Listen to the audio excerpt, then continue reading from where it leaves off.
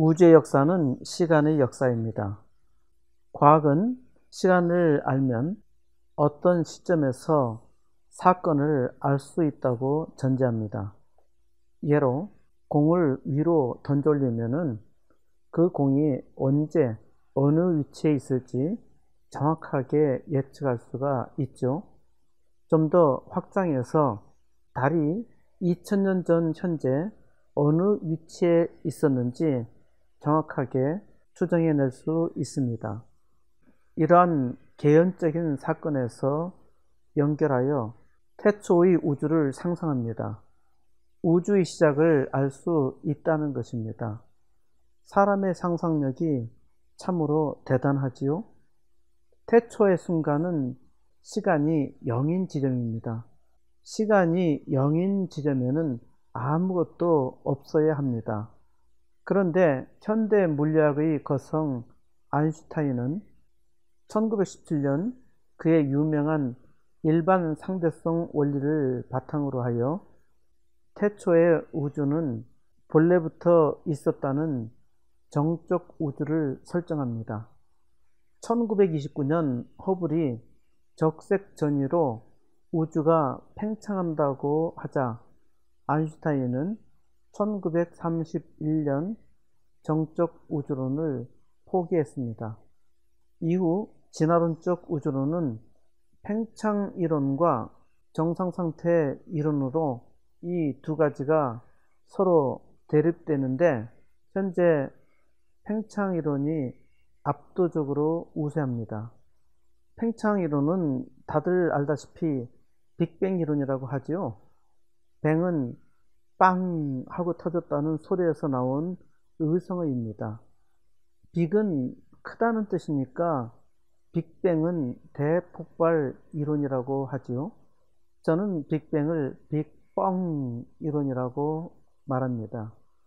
빅뻥 이론은 진화론 중에서도 가장 큰 뻥 이야기입니다. 제가 진화론은 사기라는 이야기를 계속 진행하고 있는데 빅뻥 이론이 가장 어렵습니다. 정말 빅뻥이 어려워서 어려운 게 아닙니다. 첫째는 빅뻥이 너무 커서 이를 능가하기가 어렵습니다. 무슨 얘기냐 하면은 많은 사람들이 빅뻥 이론을 진리라고 믿고 있기 때문에 이를 부정하는 것은 대단히 어렵고 힘든 일입니다. 엄청난 모험이기도 하지요. 이전 이야기에서도 종종 말했습니다마는 이것을 집단사고라 하는데 모두 그렇게 생각하면 반론을 제기하기가 거의 불가능하다는 말입니다. 둘째는 제가 물리학자가 아니라는 점입니다.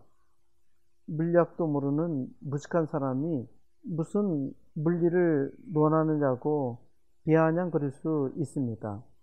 물리를 전혀 몰라도 빅뱅은 곧 빅뻥 이론이라는 것을 알게 될 것입니다. 셋째는 세계적으로 기라성 같은 천재들이 다 빅뱅 이론을 믿고 있다는 사실입니다. 그러므로 빅뱅 이론을 부인한다는 것은 다갈로 바위를 치는 것과 같겠죠. 하지만 잘 생각해 보세요. 많은 진화론자들은 계속 구덩이를 파고 있습니다. 뭔가 번쩍거리는 돌을 발견하면 엄청난 금광을 발견한 듯한 환상에 빠집니다. 하지만 진화론이라는 깊은 수렁에 빠져서 자기가 뭘 하는지도 잘 모릅니다. 원숭이로부터 인간의 진화가 불가능하다는 것은 아주 자명한 사실인데 진화론자는 여전히 원숭이 골에서 진화의 흔적을 찾고 있는 것과 같습니다. 그러면 우리 함께 빅뱅에 빠져볼까요? 일반 상대성의 원리에 따라서 시간을 계속 거꾸로 거슬러 올라가면 138억 년 전에 무한한 밀도와 무한한 온도를 가진 점에 도달한다고 합니다. 이 시작점을 특이점이라고 해요. 이때 모든 물질은 무한한 밀도와 무한한 열을 가진 아주 작은 공, 특이점이라고 불리우는 매우 작은 공에 압축되어 있었다고 합니다. 빅뱅 이후 0초에서 10의 마이너스 43승, 이거는 0.0이 42개 다음에 2를 붙이는, 이거 무한한 0이죠. 10의 마이너스 43승초까지 플랑크 시기라고 불리우는 매우 짧은 순간에서 시작하여 10의 마이너스 32초에 도달해서 입자와 힘이 생겼다네요. 그것이 자꾸 팽창하고 냉각하여서 137억 년이 지나서 현재의 우주와 같은 형태를 만들었다고 합니다. 믿을만 하나요? 여기에 어떤 물리적 근거나 방정식이 전혀 없습니다. 단지 꾸며낸 이야기입니다. 물리천문학자들이 아인슈타인의 일반 상대성 원리의 금강에 들어가면 반드시 블랙홀에 빠져듭니다.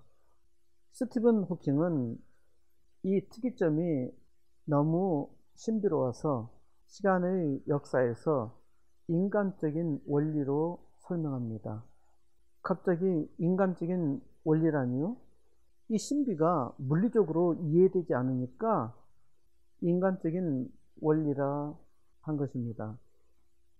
아주 재미있는 사실은 스티븐 호킹이 물리적 문제를 해결하지 못하는 것에 철학적으로 발상전환하는 물리학자들을 조롱한 바가 있는데 자기 자신도 인간적인 원리에 빠져든 것입니다. 재미있지 않나요? 스티븐 호킹은 인간적인 원리로 100억 년 전에 빅뱅이 일어나 인간의 진화까지 연결시킵니다. 호킹은 이 아이디어를 바티칸, 곧 로마 교황청에서 처음 내놓았는데 이는 교황을 조롱하는 것입니다.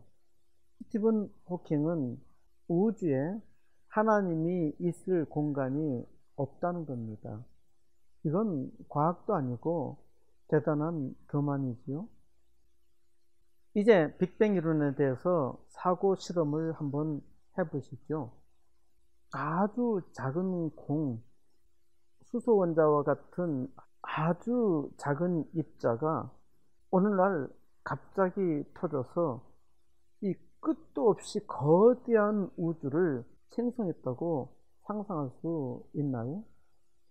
이거는 상상하기 어려울 수 있으니까 엄청나게 축소해서 제 주먹만한 공이 이게 엄청난 밀도와 열로 밀집되어 있는데 이게 어느 날 갑자기 터져서 이 거대한 지구가 생성되었다고 상상할 수 있을까요?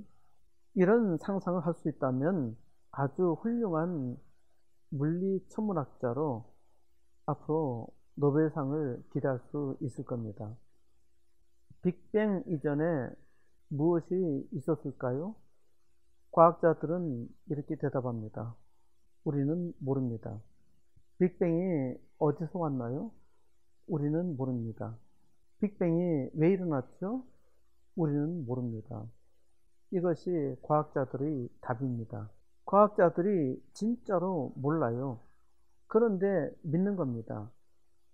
2019년 11월 노벨 물리학상은 물리 우주론의 이론적 발견의 공적을 세운 미국 프린스턴 대학교의 물리학자 피블스, 태양계 밖에서 태양계의 행성처럼 항성주의를 공전하는 행성을 발견한 마이어르와 켈로에게 주어졌습니다.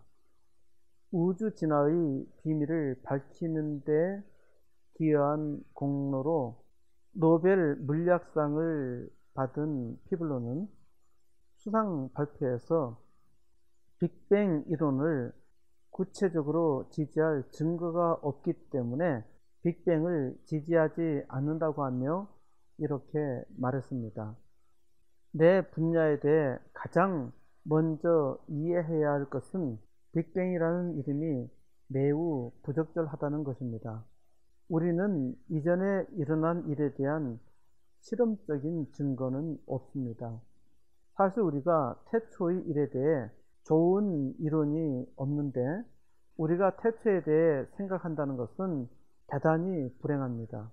피브스는 빅뱅 이론을 체계화한 공로로 노벨상을 받았는데 그 빅뱅 이론에 대해 이렇게 말합니다. 이것은 아름다운 이론입니다. 많은 사람들이 그것이 너무 아름다워서 확실히 맞다고 생각합니다. 그러나 그 증거는 매우 희귀합니다. 그러면은 빅뱅보다 더 선호하는 용어가 뭐냐고 물었더니 나는 포기했습니다. 나는 빅뱅을 사용하며 싫어합니다. 성경 맨 처음은 이렇게 시작합니다. 태초에 하나님이 천지를 창조하시니라. 구독과 좋아요 꼭 부탁드립니다.